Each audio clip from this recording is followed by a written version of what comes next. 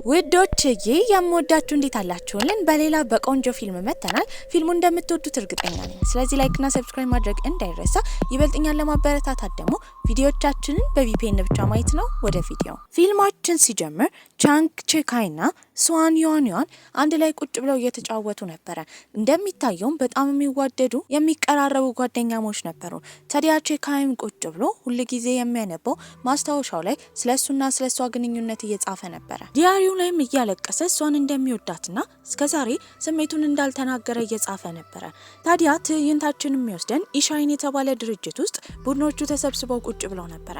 በጣም ቆንጆ ዘፈን እንደሚፈልጉ ነገር ግን በቂ የሚሆን ዘፈን እንዳላገኙ እያወሩ ነበር። እዛም የዘፈን አሳታሚዎች ዳይሬክተር ተላላኪ የሆነችውን ይቺን እናያታለን። ታዲያ ይቺም ኬሊ የሚባል ትንሽዬ ልጅ ነበራት። ቤት በነበረችበት ጊዜ በተደጋጋሚ የተለያዩ ዘፈኖችን ለማዳመጥ እየሞከረች ነበረ። ያኔ ነበረ እጅግ በጣም ቆንጆ ነገር ግን ልብ የሚነካ አሳዛኝ ዘፈን ይሰማል። ታዲያ በቀጣይ ቀንም ሄዳ ለጓደኞቿ በምታሰማበት ጊዜ በጣም ወደውት ነበረ። ዘፋኙ ማን እንደሆነ ሲጠይቋትም ሲዲው ከቨር ላይ የነበረው ስም ኬ ብቻ እንደሆነ ሲዲው ከቨር ላይ የነበረው ስም ኬና ክሪን እንደሆነ ነበር የተናገረችው። ያኔ የነበረ የሷ የስራ ባልደረባ ዋንግ ፖሃን ሲናገር የነበረው የኬ ትክክለኛ ስሙ ቼንካይ እንደሆነ የክሪን ደግሞ ትክክለኛ ስሟ ዩዋን እንደሆነ በድሮ ጊዜ እሱ ጋር አብረው እንደሚሰሩ ነበር ሲናገር የነበረው። ታዲያ የሚያሳዝነው ታሪክም ኬ የሞተው ሉኪሚያ በተባለው በሽታ አማካኝነት ሲሆን የሱ ሞት በጣም የጎዳት ክሪን የተባለችው ልጅ ደግሞ ራሷን አጥፍታ ነበር። ታዲያ ዋና ዳይሬክተሯም ዘፈኑን ከመውደዱ የተነሳ ልትለቀው ስለምትፈልግ ከትክክለኛ ባለቤቶቹ የኮፒራይት ነጻነት እንዲሰጣት ይቺንና ፖሃንን አንድ ላይ ሄደው ዋና ባለቤቱን እንዲፈልጉ ነበር የጠየቀችው። ታዲያ እነሱም የሄዱት ከዚህ ቀደም የሚሰራበት ቦታ ነበረ። የሱ ዝርዝር ዘፈኖች ቢሰጣቸውም የሚፈልጉትን ዘፈን ማግኘት አልቻሉም። ያኔ ሰውየው ሲናገር የነበረው ሲንዲ የምትባል እሱን የምትቀርበው ሴት ስለነበረች ምናልባት እሷ ጋር እንዲሄዱ ነበረ። እሷ ጋርም ከሄዱ በኋላ ግን ሲንዲ በጣም ኮስታራ ነበረች። እሷም የኮፒራይት ባለቤትነት እሷ ጋር እንደሌለና ምንም አይነት መረጃ ልትሰጣቸው እንደማትችል ትናገራለች። ከዛ ባዶ እጇን መውጣት የጠላችው ይቺ ግን የሲንዲ ቢሮ ነበር የገባችው። እየተዟዟረች በምታይበት ጊዜ ያገኘችው ኬ ከዚህ ቀደም የጻፈውን ዲያሪ ነበረ። ታዲያ በምታነብበት ጊዜ የድሮ ይታይ ጀመረ። ኬና አባቱ በጣም ይቀራረቡ ነበረ። አባቱ የሚያሳዝኑ ዘፈኖችን የሚሸጥበት ትንሽዬ ሱቅ ብትኖረውም እንደዚህ አይነት ዘፈን ሰዎች ማዳመጥ ስለተው ሊዘጋው እንደሆነ ይነግሯል። እሱና አባቱ በጣም ይቀራረባሉ። ነገር ግን አባቱ የካንሰር በሽታ ስላለበት በቅርቡ መሞቱ አይቀርም። ታዲያ በመኪና እየሄዱ እያለ አባትየውም እየነዳ በነበረበት ጊዜ ለልጁ አንድ ዘፈን እንዲሰማ ዘፈኑ በጣም ቆንጆ እንደሆነ በመናገር ወደ ኋላ መቀመጫ ሲዲ ለማንሳት እየሞከረ ነበረ። በዛ አጋጣሚ የመኪና አደጋ ይፈጠራል።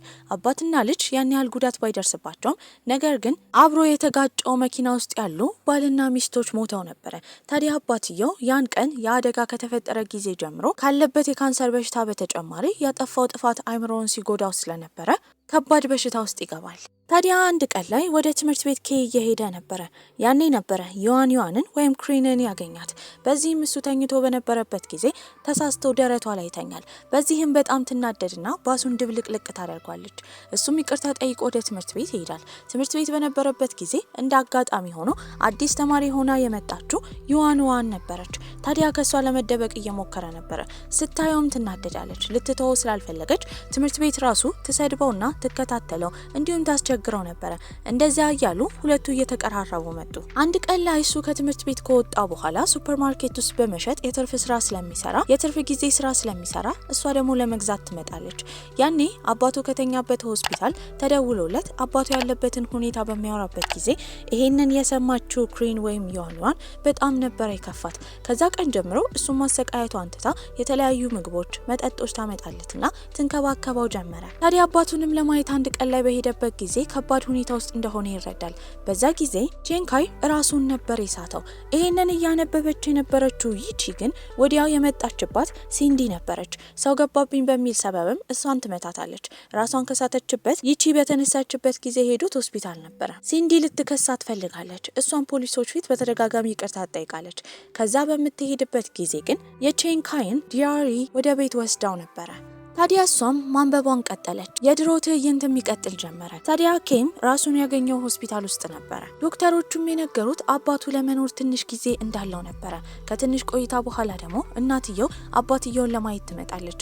ታዲያ ሁሉም ነገር የደከማት ሴት ነበረች። በዚህም ከአባትየው ጋር ተፋተዋል። ታዲያ እንዲህ ከሚሰቃይ ቶሎ ቢሞት ጥሩ እንደሆነ ስታወራ የሰማው ካይ ግን በጣም ነበር የከፋው። ከዛ ወጥቶ መንገድ ላይ እየተራመደ እያለ ግን ክሪን ወይም ዩዋን ከአንዲት ሴት ጋር እየተደባደበች ነበረ።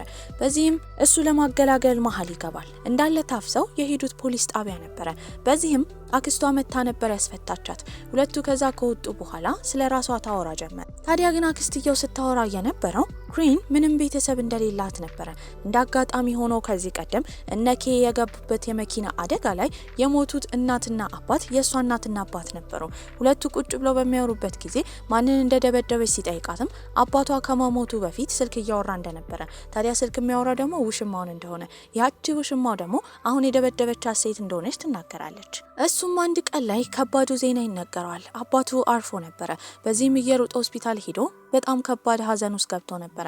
ከዛ ጊዜ በኋላ የብቸኝነት ኑሮ በጣም ይከብደዋል። እናትየው እራሱ ገንዘብ ከሰጠችው በኋላ ከዚህ በኋላ ከሱ ጋር እንደማትኖር በመናገር እየለመነ እያለቀሰ ጥለሽኛ ቲጂ ቢላትም አቅፋ ለመጨረሻ ጊዜ ተሰናብታው ነበር ሄደችው። ይቺም ይህንን ካነበበች በኋላ ከማዘኗ የተነሳ የሄደችው ትንሽዬ ልጇ ኬሌ ጋር ነበረ። እሱንም አቅፋው ታድራለች። በሌላ በኩል ደግሞ ፖሃን ስለነ ኬዊን እያጣራ ነበረ። የፌስቡክ ፎቶአቸውን ነበር ያገኘው። እሱ ፕሮፋይል ውስጥ ገብቶ ካየ በኋላ የእናትየውን አድራሻ ስላገኘ ወደ እናትየው እንዲሄዱ ለይቺ ይነግራታል። እሷም ትስማማለች። ታዲያ በቀጣይ ቀን እናትየው ጋር ከሄዱ በኋላ የኮፒራይት ባለቤትነት ምናልባት ልጇ ከሰጣት እየጠየቋት ነበረ። እሷ ግን ስለዚህ አይነት ነገር ምንም እንደማታውቅ ትናገራለች። ታሪኩን ያነበበችው ይቺ ግን እናትየውን ስታያት የነበረው በንዴት ነበረ። ቆይ አልገባኝም፣ እንደዛ የሚያሳዝነውን ልጅሽን ለምንድን ነው ብቻውን ትተሽው ሄድሽው? ምን ላድርግ? አባቱ ካንሰር ነበረበት፣ ሳስታምመው ነበረ። ታዲያ ደግሞ በሽተኛውን ልጄን የማስታመን ፍላጎት አልነበረኝም፣ ምክንያቱም በጣም አዝኜ ነበረ። ሁሉም ነገር ሰልችቶኝ ነበር። ይቺ ሜን ከሰማች በኋላ በጣም ተናዳ ነበረ። እናት መሆን እንደማይገባት ነግራት ነበር ሄደችው። ወደ ቤት እየሄደች እያለ ይቺ ስታስታውስ የነበረው እርጉዝ በነበረችበት ጊዜ ፍቅረኛዋ ምን ያህል ሲያሰቃያት እንደነበረ ነው። ልጁንም አስወጩ ብሏት ከባድ ሀዘን ውስጥ ገብታ ሆስፒታል ነበረች። ነገር ግን ያንን የማድረግ ብርታት ስላልነበራት ለፍቅረኛዋ ከዚህ በኋላ አብረው እንደማይሆኑ ከነገረችው በኋላ ልጇን ብቻዋን ለማሳደግ ነበር ያሰበችው። ነገር ግን የእርግዝና ክትትል በምታደርግበት ጊዜ ከባዱን ሀዘን ትሰማለች።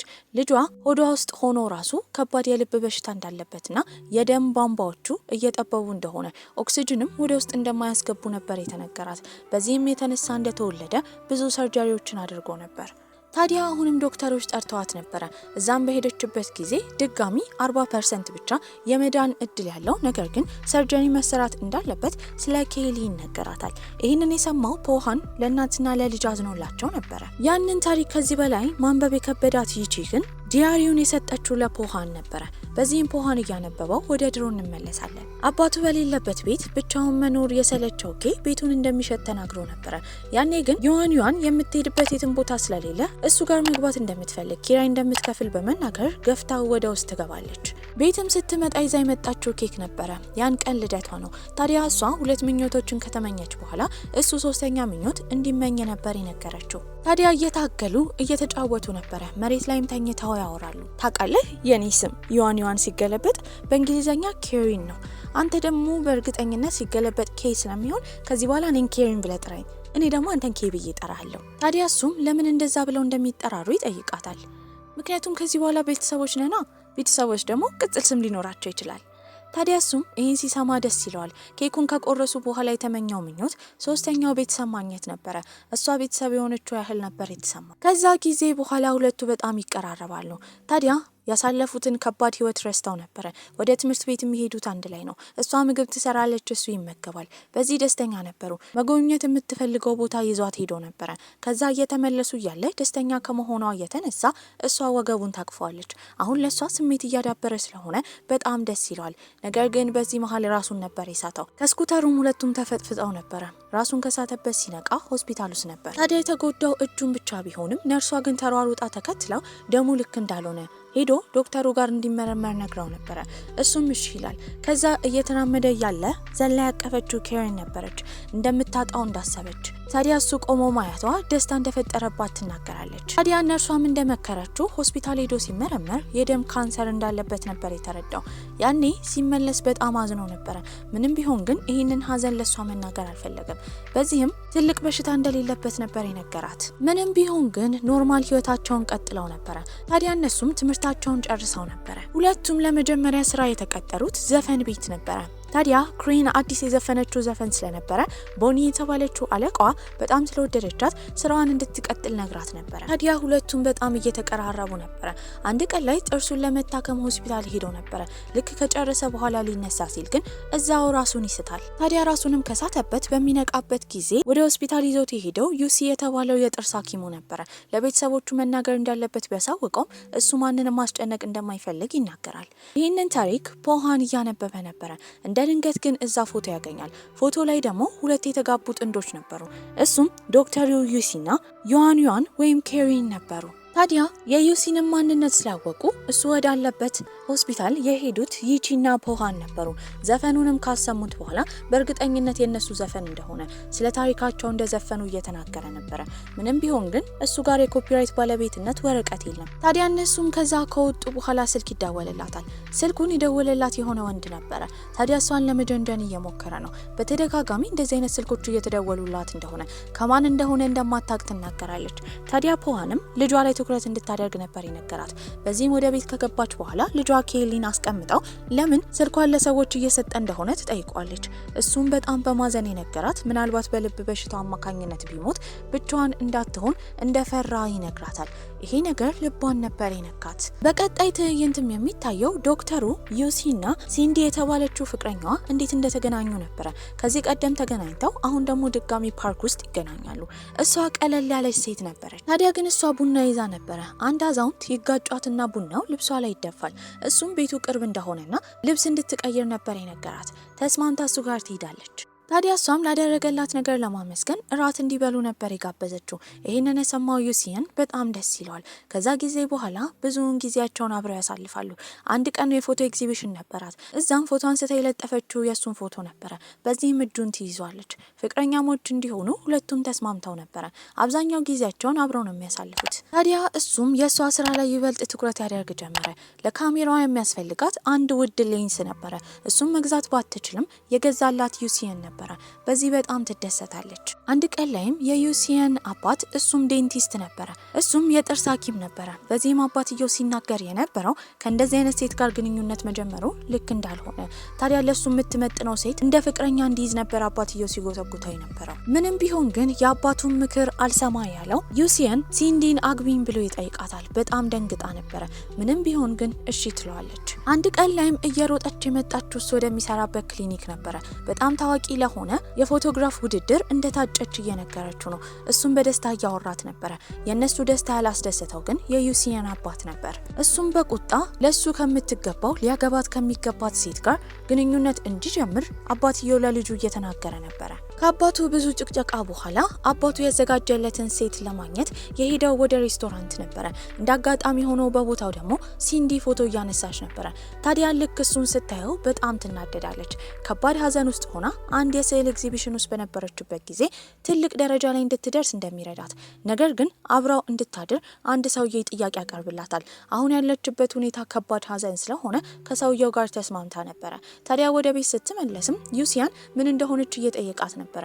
ሁለቱም እሱ ሴት እንዳገኘ እሷ ደግሞ ከአንድ ሰው ጋር ያልተገባ ነገር እንዳደረገች አልተናገረችም ነበረ። ወደ አሁኑም በምንመለስበት ጊዜ ይቺ ለልጇ ሕክምና ይረዳት ዘንድ የትርፍ ሰዓት ስራ እየሰራች ነበረ። ይሄንን ያየው ፖሃንም እንዴት እንደሚረዳት እያሰበ ነበረ። ታዲያ ቀድማ ለምን ብር እሱን እንዳልጠየቀችው እየጠየቃት ነበረ። ምክንያቱም ካንተ ብድር ይኖርብኛል፣ ያንን ብድር ደግሞ መክፈል አልችልም። ሰው ላይ ገንዘብ ሲኖርብኝ ደግሞ አልወድም። ስለ እሷ በጣም የሚያስበው ፖሃንም አንድ ቀን ላይ ከስራ ስትመለስ ውጪ ምግብ ገዝቶ እየጠበቃት ነበረ። ስራዋን ጨርሳ ስለመጣችም አንድ ላይ እንደ ቤተሰብ ቁጭ ብሎ ይመገባሉ። የልጇን የኬሊን ስልክ ከወሰደ በኋላ እናትየው ስልክ ካላነሳች ለሱ እንዲደውል በመናገር ስልኩን ሴቭ ያደርጋል። የድሮም ይታይ ጀመረ። ታዲያ ኬም ዶክተሮች ጋር ነበረ። ታዲያ ዶክተሩን ከመረመረው በኋላ ምንም ለውጥ እንደሌለ ይነግሯል። ነገር ግን የእሱን የህይወት ታሪክ ስለሚያውቅ ለምን ከኬሪን ሁሉን ነገር እንደደበቀ እየተጠየቀ ነበር። ኬም ሲናገር የነበረው እንደታመመ መናገሩ እሷ ጭንቀት መፍጠር እንደሆነ፣ በጣም ያሳሰበው ደግሞ ከሞተ በኋላ ብቻዋን እንዳትሆን ነበር። በዛ ወሬ መሃል አንድ ሀሳብ ይመጣለታል። የሄደውም ይቺ ዶክተሩ ጋር ነበር። ታዲያ እሱንም ሲጠይቀው የነበረው ከኬሪን ጋር ግንኙነት እንዲጀምር፣ ታዲያ እሷ ጥሩ ሴት እንደሆነች ይናገራል። ያኔ ግን ዶክተሩ ዩሲ ከሲንዲ ጋር ግንኙነት ጀምሮ ስለነበረ ከሷ ጋር አሁን ያሉበት ሁኔታ ትንሽ እየዋዠቀ ነበር። ታዲያ እነሱንም ለማስተዋወቅ አንድ ፓርቲ ላይ ይዟቸው ይሄዳል። ኬሪንን እና ዶክተር ዩቺንን አንድ ላይ ካደረገ በኋላ በሀዘን ከዛ ቦታ እየወጣው ኬ ነበረ። መንገድ ላይም ስቅስቅ ብሎ ያለቅሳል። በቀጣይ ቀንም ስለ ዩሲየን ይጠይቃታል። እሷም ጸባዩ በጣም ጥሩ እንደሆነና ዛሬም እሱ ልታገኘው እንደምትሄድ ተናግራ ከቤት ትወጣለች። ይህንን የሰማው ኬ ግን ይቀና ጀመረ። ታዲያ አንድ ቀን ላይም ኬ ከጓደኛው ፖንግ ጋር በነበረበት ጊዜ ጓደኞቹ የሰጡት ፎቶ ነበረ። እዛ ፎቶ ላይ ደግሞ ሲንዲ መስሪያ ቤት ውስጥ ከሌላ ወንድ ጋር ስትሆን የሚያሳይ ፎቶ ነበረ። ይህንን እንደ አጋጣሚ ተጠቅሞ ሁለቱን ካለያየ በኋላ ዶክተሩን ዩሲየንንና ኬሪንን አንድ ላይ ማድረግ እንዳለበት ነበር ያሰበው። ታዲያ ያንን ፎቶ ያገኘው ዩሲየንን በጣም ያዝናል። ለምን እንደከዳችው ሲንዲን እየጠየቃት ነበረ። እሷም ያኔ እንደ ሀሳብ ያነሳችው ከሴት ጋር ካፌ ውስጥ እንዳየችው ነበር። እሱም እዛ ሄዶ በአባቱ አስገዳጅነት እንደሆነ ከልጅቷ ጋር ደግሞ ምንም አይነት ግንኙነት እንደማይፈልግ ነግሯት እንደነበረ ያሳውቃታል። ታዲያ ይህንን ፎቶ ግን ለዩሲየን የሰጠው ኬ እንደሆነ ያወቀችው ሲንዲ ቀጥታ እሱ ጋር ሄዳ ትደበድበው ጀመረ። እሱም ይህ እንዲፈጠር እንዳልፈለገ ነገር ግን ያለውን ምክንያት አንድ በአንድ ያስረዳታል። እሷም ይህን ከሰማች በኋላ ከዩሲየን ጋር እንደምትለያይ፣ ነገር ግን ይህን የምታደርገው አሁን የምታሳትመው ጋዜጣ ስላለ እዛ ላይ ቃለመጠይቅ ካደረገ ብቻ እንደሆነ ትነግረዋለች። እሱም ሚስማማና ቃለመጠይቁን አድርጎ ነበረ። በዚህም ሲጠየቅ የነበረው የተለያዩ ጥያቄዎች ቢሆኑ አብዛኛዎቹ ግን ስለ ኬሪን ነበሩ። ወደ ቤትም ይመጣል። ታዲያ እሷም ምግብ እየበሉ ስትነግረው የነበረው ወደ ባህር ዳርቻው መሄድ እንደምትፈልግ ነበረ። በፍላጎቷን መሰረት እዛ ይዟት ይሄዳል። ይኸውልህ በዚህኛው ዓለም እኔ ዩሲየንን ስለወደድኩት ከሱ ጋር ሆናለሁ፣ በሌላኛው ዓለም ግን ቀድመህ አግኘኝ፣ ካንተ ጋር መሆን ነው የምፈልገው። ይህንን የሰማው ኬ ግን በተመሳሳይ ሁኔታ ደስ ቢለውም በተመሳሳይ ሁኔታ ደግሞ ከፍቶት ነበረ። በሌላ በኩል ዩሲየን ለማግኘት የሄደው ሲንዲን ነበረ። ታዲያ ሲንዲንም አብረው መሆን እንደማይችሉና ግንኙነታቸው እንዲያበቃ ይጠይቃታል። እሷን በፎቶ አማካኝነት እንደሆነ ስትጠይቀው የሁለት ዓለም ሰዎች እንደሆኑ ነበር የነገራት። ቀለበቱንም መልሳ ሁለቱ ለመጨረሻ ጊዜ ያለያያሉ። በዛ ቀን ዩሲየን ከባድ ሀዘን ውስጥ ገብቶ ነበረ። አጠገቡ የነበረችው ክሪን ነበረች። የእሱን ከሲንዲ ጋር የመለያየት ሀሳብ ከሰማችን በኋላ እንደምትወደው በመናገር ትስመዋለች። ከዛ ጊዜ በኋላ ሁለቱ ፍቅረኛሞች ይሆናሉ። እንደዛ ኮስታራ የዩሲየን አባት ራሱ እሷን በጣም ወዷት ነበረ። ታዲያ ሁሉም ነገር እንደተስተካከለ የተረዳው ኬም አሁን ወደ ሌላ ሀገር መሄድና ስራውን መተው እንደሚፈልግ ተናግሮ ከተሰናበተ በኋላ ከመሄዱ በፊት በሱ ፋንታ የተቀጠረ ሰው ነበረ። እሱም ያሁኑ ፖሃን ነበረ። ስለ ስራው ካስረዳው በኋላ ኬ ከዛ ይወጣል። ነገር ግን መንገድ ላይ እያለ ራሱን ስቶ ነበረ። ሆስፒታልም ከገባ በኋላ እሱን ለማግኘት የመጣችው ኬሪን ነበረች። ታዲያ ምን እንደሆነ ስትጠይቀው ካልሲየም ዴፊሽንሲ የተባለ ቀላል በሽታ እንደሆነ በመናገር ለዶክተሩ ራሱ እንዳይናገር ምልክት ስለሰጠው ዶክተሩም እሱ ያለውን እውነት እንደሆነ ተናግሮ ነበረ። የአሁኑ ጊዜ ላይ የይቺ ልጅ ኬሊ ልቧ አካባቢ ከባድ ህመም እየተሰማው ነበረ። በዚህም ወዲያው ቴክስት እርዳይ ብሎ የላከው ለፖሃን ነበረ። ፖሃንም ያንን ካየ በኋላ እየሮጠ ይመጣል። ልጁ ግን ፖሃን በደረሰበት ጊዜ የልብ በሽታው አቁሞ ስለነበረ እንዳመመው ላለመናገርና እናቱ እንዳትጨነቅ በማሰብም ሆን ብሎ ፖሃንን ወደዚህ ለማስመጣትና የቤት ስራ እንዲያሰራው ብቻ እንደጠራው ነበር የተናገረው። ታዲያ አንድ ቀን ምሽት ላይም የነ ኬሪንን ፎቶ እያየ የተነሳችው ባህር ዳርቻው ጋር ያለውን ፎቶ ነበር ያየው። በዚህም ጊዜ ከዚህ ቀደም የነበረችው አለቃው ቦኒ እዛ ከተማ እንደምትኖር ሁለቱ ጓደኛሞች እንደሆኑ ስለደረሰበት ወደዛ ከተማ እንዲሄዱ ይቺንና ልጇን ይዞ ነበር የሄደው። ታዲያ እነሱም ወደ ቦታው በደረሱበት ጊዜ ቦኒ ለጉዞ ወደ ተራራው ስለሄደች እንዲጠብቁ ነበር የተነገራቸው። ምንም ማድረግ ስለማይችሉ እዛ ለማደር ያስባሉ። ታዲያ እንደ ቤተሰብ ሆኖ ጥሩ ጊዜ አሳልፈዋል። ፖሃን ጊታሩን እየመታ ይቺ ደግሞ እየዘፈነች ነበር። አመሻሽ ላይም ኬሊ ተኝቶ ነበር። ከእንቅልፉም ከነቃ በኋላ እናቱን የጠየቃት ፖሃንን እንደምትወደው ነበረ። እሷ ግን ምንም ብትወደው ለሱ በቂ እንዳልሆነች ትናገራለች። ልጁ ግን ምንም ችግር እንደሌለው ሁለቱ ፍቅር ውስጥ እንደሆኑ እንደሚያስታውቅ ይነግራታል። በዚህም ጊዜ ስለ ፖሃን ታስብ ጀመረ። ታዲያ በቀጣይ ቀንም ቦኒ እስክትመጣ ድረስ እነሱ ወደ ባህር ዳርቻው ለመዝናናት ሄደው ነበረ። ያ ባህር ዳርቻ ደግሞ ኬሪን በጠየቀችው መሰረት ኬ የወሰዳት የባህር ዳርቻ ነበረ። ታዲያ ኬሊ እየተጫወተ ይቺና ፖሃን ቁጭ ብለው እያወሩ ነበረ። እሷም ልጇን ወደ ፓርክ ለመዝናናት ሁሉ ጊዜ እንደምትፈልግ፣ ነገር ግን ሌሎች ተማሪዎች ሲሮጡ እሱ የልብ በሽታ ስላለበት መሮጥ ስለማይችል እንዳይከፋው እንደተወቹ እየተናገረች ነበረ። በቀጣይ ሳምንት ላለው የልጇ ሰርጀሪም እንደተጨነቀች ትናገራለች። ፖሃንም ደግ ደጉን እንድታስብና ጥሩ እንደሚገጥማት እየነገራት ነበረ። በዚህ ወሬ መሀል ጩኸት ነበር የሰሙት። እየሮጡን በሚሄዱበት ጊዜ ኬሊ ራሱን ስቶ ነበረ። ወደ አቅራቢያው ወዳለም ሆስፒታል ይወሰዳል። ታዲያ ራሱን ከሳተበት ልጁ በሚነቃበት ጊዜ ለፖሃን ሲነግረው የነበረው ለመጀመሪያ ጊዜ እንደፈራ፣ የፈራው ግን በመሞቱ ሳይሆን እናቱ ብቻዋን እንዳትሆን እንደፈራ እየተናገረ ነበረ። ፖሃንም ልጁን ያጽናናው ጀመር። ይህንን የሰማችው ውጪ የሆነችው ይቺም ስቅስቅ ብላ ታለቅሳለች። ታዲያ ታሪካችን የሚወስደን ወደ ኬ ታሪክ ነበረ። ኬሪን እና ዩሲን በጣም ስለተለማመዱ አሁን ለመጋባት ወስነው ነበረ። ታዲያ እሷም የሙሽራ ቀሚስ እየለካች ነው። ይህንን ያየው ኬ ግን በውበቷ በጣም ተገርሞ ፍዝዝ ብሎ እያያት ነበረ። እሷም አንዴ እሱ የሱፍ ልብስ እንዲለብስና ፎቶ እንዲነሱ ትጠይቀዋለች። እሱም ተስማምቶ አንድ ላይ ፎቶ ተነስተው ነበረ። ቤትም ከገቡ በኋላ ሰርጉ ላይ የምታደርገውን ነገር እንዲያለማምዳት፣ ታዲያ እሱ አግቢን ብሎ እንዲጠይቃት ነበር የጠየቀችው። ኬም ተስማምቶ አግቢን ብሎ ይጠይቃታል። እሷም እሺ ትላለች። በዚህ መሀል ግን ውስጡ በጣም አዝኖ ውጪው ለመሳቅ እየሞከረ ነበረ። ታዲያ እሷም ከይቺ ጋር እንዴት እንደምትደንስ፣ እንዴት የጋብቻ ስነስርዓቱ እንደሚቀጥል እየተለማመደች የነበረው ከኬ ጋር ነበረ። የሰርጉም ቀን ይደርሳል። ታዲያ አባትና እናት ስለሌላት እጇን ይዞ አሳልፎ ለይቺን የሰጠው ኬ ነበረ። እጇን ሰጥቶ ከሄደ በኋላ ግን የሚወዳትን ሴት የራሱ ማድረግ የከበደው ኬ ስቅስቅ ብሎ እያለቀሰ ነበረ። ከትንሽ ቀናት በኋላ እሱም ህይወቱ አልፎ ነበረ። ታዲያ ይህንን የሰማችው ኬሪን ግን ከባድ ድባቴ ውስጥ ገብታ ነበረ። በዛ ሀዘን ውስጥ እያለች የእሱን እቃዎች እየፈለገች እያለ ያገኘችው ከዚህ ቀደም ለሷ የገዛላትን የአንገት ሐብል ነበረ። ታዲያ ወረቀቱ ላይም እንደሚወዳት የሚያሳይ ጽሑፍ ጽፈው ነበረ። በዚህም በጣም ታዝናለች። ታዲያ ግን እሱን አታ መኖር ስለማትፈልግ የሄደችው ወደ ባህር ዳርቻው ነበረ። ውሃ ውስጥም ትገባለች። በዚህ ሁኔታ ነበረ ህይወቷ ያለፈው። ወደ አሁኑ ትዕይንትም ሲወስደን ይቺ ልጇ ሆስፒታል ውስጥ ነበረ። ታዲያ ሰርጀሪ እንዲደረግለት ገብቷል። ከሰርጀሪ ዶክተሩ ከወጣ በኋላ ግን የልብ አመታቱ ልክ እንዳልሆነ ይነግራታል። በዛ መሀል ዶክተሮቹን እያወራች እያለ ሌሎች ዶክተሮች እየተሯሯጡ ወደ ኬሊ ክፍል እየገቡ ነበረ። የልብ ምቱ አቁሟል። በቻሉት መጠን የልብ ምቱን ለመመለስ ቢሞክሩም መመለስ አልቻሉም ነበረ። ታዲያ ልጇን ያኔ ትለየዋለች። በዚህም ይቺ በጣም አዝና ነበረ። ታዲያ ፖሃንም ይቺን ለረጅም ጊዜ አናግሯት አያውቅም ነበረ። ነገር ግን የነ ኬን ታሪክ ባነበበ ቁጥር ለይቺ እሱ ብቻ ወዷት እሱ ብቻ ፈልጓት አብራት መሆን እንደሚችልና ለሷ በቂ እንደሆነ እያሰበ ነበረ። ታዲያ እሱም ለኬ አካውንት በተደጋጋሚ የተለያዩ መልእክቶች እየላከ ነበረ። የሚወዳት ሴት እንዳለች ለሷ ፍቅሩን መናገር ይኖርበት አይኖርበት የተለያዩ መልእክቶችን እየላከ እያለ እንዳጋጣሚ ሆኖ ከኬ ፌስቡክ መልእክት ይላክለታል። መልእክቱም የሚለው ስሜቱን ቶሎ እንዲናገር ነበረ። ይሄ ነገር ድንጋጤ ነበር የፈጠረበት። በዚህም በድንጋጤ ውስጥ ሆኖ የደወለው ለቦኒ ነበረ። ታዲያ ቦኒም የተናገረችው ክሪን በህይወት እንዳለች ነበረ። በዚህም የድሮ ይታያል። ታዲያ እሷ ወንዝ ውስጥ ከገባች በኋላ የገባችው ወደ ሆስፒታል ነበረ። ነገር ግን ከሆስፒታል ከነቃች በኋላ ማንም ሰው እሷ በህይወት መኖሯን እንዲያውቅ አልፈለገችም ነበረ። በዚህም ቦኒ እንድትረዳትና ከዚህ ቦታ እንድትወስዳት ጠይቃት ነበረ። ቦኒ የተባለችው ከዚህ ቀደም የኬና የኬሪን አለቃ የነበረችው ሴትም በዚህ ተስማምታ እሷን ደብቃት ነበረ። ኬሪንም ድሮ ላይ ለቦኒ ታሪኳን ትነግራት ነበረ። ከዚህ ቀደም ኬ ሉኪሚያ የሚባለው በሽታ እንዳለበት ቀድማ አውቃ ነበረ። ታዲያ ግን ለሱ ለመናገር አልፈለገችም። ታዲያ ከይቺ ጋር እሷን ማገናኘት ትልቁ የህይወቱ አላማው ከሆነ እሱ በሚያደርገው ነገር በሽታውን እንዳላወቀ ሆና ለመጓዝ ወስና ነበረ።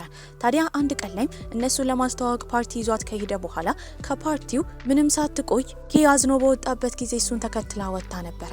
ታዲያ ዞሮ ከተመለከታት ግን ሁሉንም እውነት ነግራ እንደምታቅፈው ብታስብም ኬ ግን ያኔ ዞር ብሎ እንኳን አልተመለከተም ነበረ። መንገዱን ተጉዟል። ታዲያ እሷም የሱን ህመም በማወቋና እስከዛሬ በመዋሸቷ ቀጥላ ነበረ። እሷም ሳትፈልግም እሱን ለማስደሰት ብላ ይቺንን ታገባዋለች። ከዚህ ቀደም እንዴት የሰርግ ዝግጅቷ ላይ ፕሮግራሙን እንደምታደርግ አለማምደኝ ብላ ኬን የጠየቀችው ኬን በጣም ስለምትወደው እሱን እንደምታገባ እንዲሰማት ነበረ። ታዲያ እጇን አሳልፎ ሲሰጣት ደግሞ በሌላ ሰው ፋንታ እሱ እንዲሆንላት የጠየቀችው እሱን እንደምታገባው ባይምሮዋ ስለምታስብ ነበረ። ታዲያ ወደ አሁኑም በምንመለስበት ጊዜ ይቺ ከብዙ ጊዜ በኋላ ወደ መስሪያ ቤቱ መጣ ልትለቅ እንደምትፈልግ ትናገራለች። ይህንን የሰማው ፖሃን ግን እሷን ማጣት ስለማይፈልግ አብሯት ጉዞ እንዲሄድ አብሮ ብዙ በዓላቶችን እንዲያሳልፉ ቢጠይቃትም ያለችበት ስሜት ጥሩ ስላልሆነ አልተስማማችም ነበረ። አንድ ቀን ላይም የፖሃን የቀድሞ ፍቅረኛ እሱ ጋር ትመጣለች። ሊና የምትባል ታዋቂ ተዋናይ ነበረች። ታዲያ እራትም እየበሉ ድሮ የሱስ ችግር እንደነበረባት አሁን ግን ሁሉንም እንደተወች ከሱ ጋር መመለስ እንደምትፈልግ እየነገረችው ነው። ፖሃን ግን ሁሉን ነገር ስለተወ እንደቆረጠለትና ከሷ ጋር መሆን እንደማይችል እየነገራት ነው። በዚህም የተነሳ እንደ እብድ ትሆን ጀመረ። ታዲያ ቢላም ካነሳች በኋላ ራሷ እንደምታጠፋ ታስፈራረዋለች። እሱም እየታገላት ነበረ። በዚህ ትግል ውስጥ ሆነው ግን ስለቱ ወግታው ነበረ። እሱም ወደ ሆስፒታል ይወሰዳል። ታዲያ እሷም ለቃለ መጠይቅ ፖሊስ ጣቢያ ሄዳ ነበረ። እሱ ሆስፒታል እንደገባ የሰማችው ይቺም እሱን ለማግኘት ትሄዳለች። ታዲያ ያለበት ሁኔታ ጥሩ እንደሆነና ያን ያህል እንዳልተጎዳ ስትሰማ ይቺ ተመልሳ ወደ አንድ ቦታ ሄዳ ነበረ። እሱም ከኮማ በሚነቃበት ጊዜ ሊና እየተሰደበች ነው። ሰዎች መጥፎ እንደሆነች እየተናገሩ ነበረ። ነገር ግን ቪዲዮ ይሰራል። የአደጋ የተፈጠረው በስህተት እንደሆነና ሊና መጥፎ ሰው እንዳልሆነች ነበር የተናገረው። ለብዙ ጊዜ የጠፋችው ክሪንም የመጣችው ሲንዲ ጋር ነበረ። ድሮ ላይ ኬ የተነሳውን ፎቶ ለመውሰድ ነበር የመጣችው። ታዲያ ታሪኩን እንዳለ ከተረዳች በኋላ እዚህ ታሪኳ ውስጥ ለምን ይቺንን እንዳስገባችው ክሪንን እየጠየቀቻት ነበረ። ታዲያ ክሪንም የድሮን ታስታውሳለች። ታዲያ ድሮ ላይ ከሱ ጋር የውሸት ማስመሰል ስለከበዳት እውነታውን ለይቺን ተናግራ ነበረ። ነገር ግን ስትጠይቀው የነበረው እንዲያስመስልላት ከተጋቡ በኋላ እንደምትተወው ነግራው ነበረ።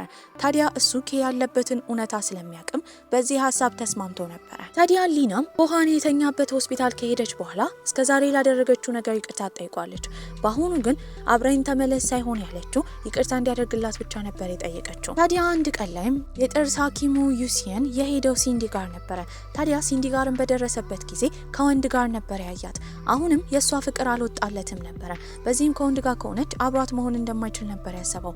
ሁለቱ ቁጭ ብለውም የማውራት እድል አግኝተው ነበረ። እሷም አሁን አብሯት ያያት ወንድ ማናጀሯ እንደሆነና ፍቅረኛዋ እንዳልሆነ ትናገራለች። በዚህም እራት ሊጋብዛት ስለሚፈልግ እንድትመጣ ቀጥሯት ነበረ።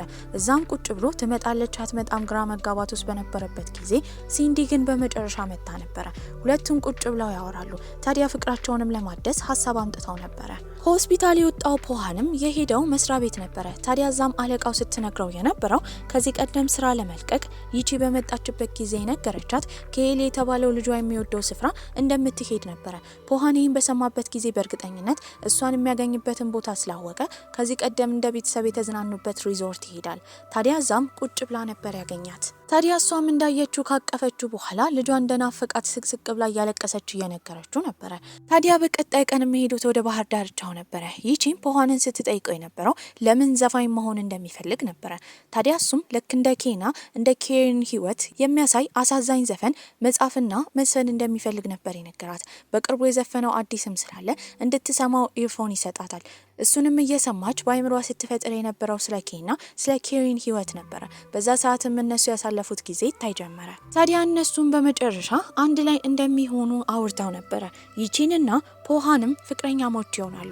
የድሮን በሚታይበት ጊዜ ኬ ሆስፒታል ውስጥ ነበረ። ያኔ ፎቶ ይዞ የተቀመጠው የኬሪንን የሰርግ ፎቶ ነበረ። በዛ ሰዓት እናትየው ልትጠይቀው መጣ ነበረ። በህይወቱ አብራው ስላልሆነች ይቅርታ ጠይቋለች። እሱም ሊሞት ስለሆነ ምንም ማድረግ ስለማይችል እናቱን ይቅርታ ያደርግላታል። ታዲያ አመሻሽ ላይም ነርሷ ኬ ምን አይነት ሁኔታ ላይ እንዳለ ለማጣራት በገባችበት ጊዜ ሞቶ ነበር ያገኘችው። ይህንን ነገር እሱን ለመጠየቅ የመጣችው ኬሪን ስትሰማ በጣም ስቅስቅ ብላ ታለቅሳለች። ታዲያ ፖሃንና ይቺም ወደ ከተማቸው ተመልሰው ነበረ። በቀጣይ ቀን የኬና የኬሪንን ዘፈን ለመልቀቅ ስራ ላይ ገብተው ነበረ። ታዲያ የድሮን በሚታይበት ጊዜ እሱ ሙሉ ለሙሉ ሆስፒታል ከመግባቱ በፊት ለመጨረሻ ጊዜ የኬሪንን ልደት ለማክበር አንድ ላይ ቁጭ ብለው እንደ ድሮ ኬክ አዘጋጅተው እሱ ምኞት እየተመኘ ነበረ። ታዲያ እሷም በአሁኑ ምኞቷ ምን እንደሆነ እየነገረችው ነበር። በሚቀጥለው ህይወት ሲገናኙ እዛ ቀድሞ እንዲያገኛት አቅጣጫ እንኳን የምታቅ ሴት ስላልሆነች እሱ እንደሚያስፈልጋት ነግራው ነበር። በዚህ መሃል ልደቱን እያከበሩ እሱ እዛው ትከሻዋ ላይ ይተኛል። ዘፈኑም ታትሞ ከተለቀቀ በኋላ በጣም ቫይራል ወጥቶ ነበር። ታዲያ ክሪንም ያንን ስትሰማ ድሮን አስታውሳለች። በዚህም ታሪኳን ትናገር ጀመረ። እሱ ከሞተ በኋላ ሰዎች ብቸኛ እንደሆነች ቢያስቡም በሷ ዓለም ግን አሁንም ኬ ህይወቷ ውስጥ እንዳለ እሱ ቤተሰቧም ፍቅሯም ጓደኛዋም እንደነበረ እሱም መጀመሪያ ካገኘችው ጊዜ ጀምሮ ስትወደው እንደነበረ በህይወቷ እሱም መውደድም እንዳላቆመች ታዲያ ቦኒን ደግሞ እስከዛሬ ላደረገችላት ነገር ታመሰግናታለች። ዘፈኑ እንዲያልቅ የረዳቻት እሷ ነበረች።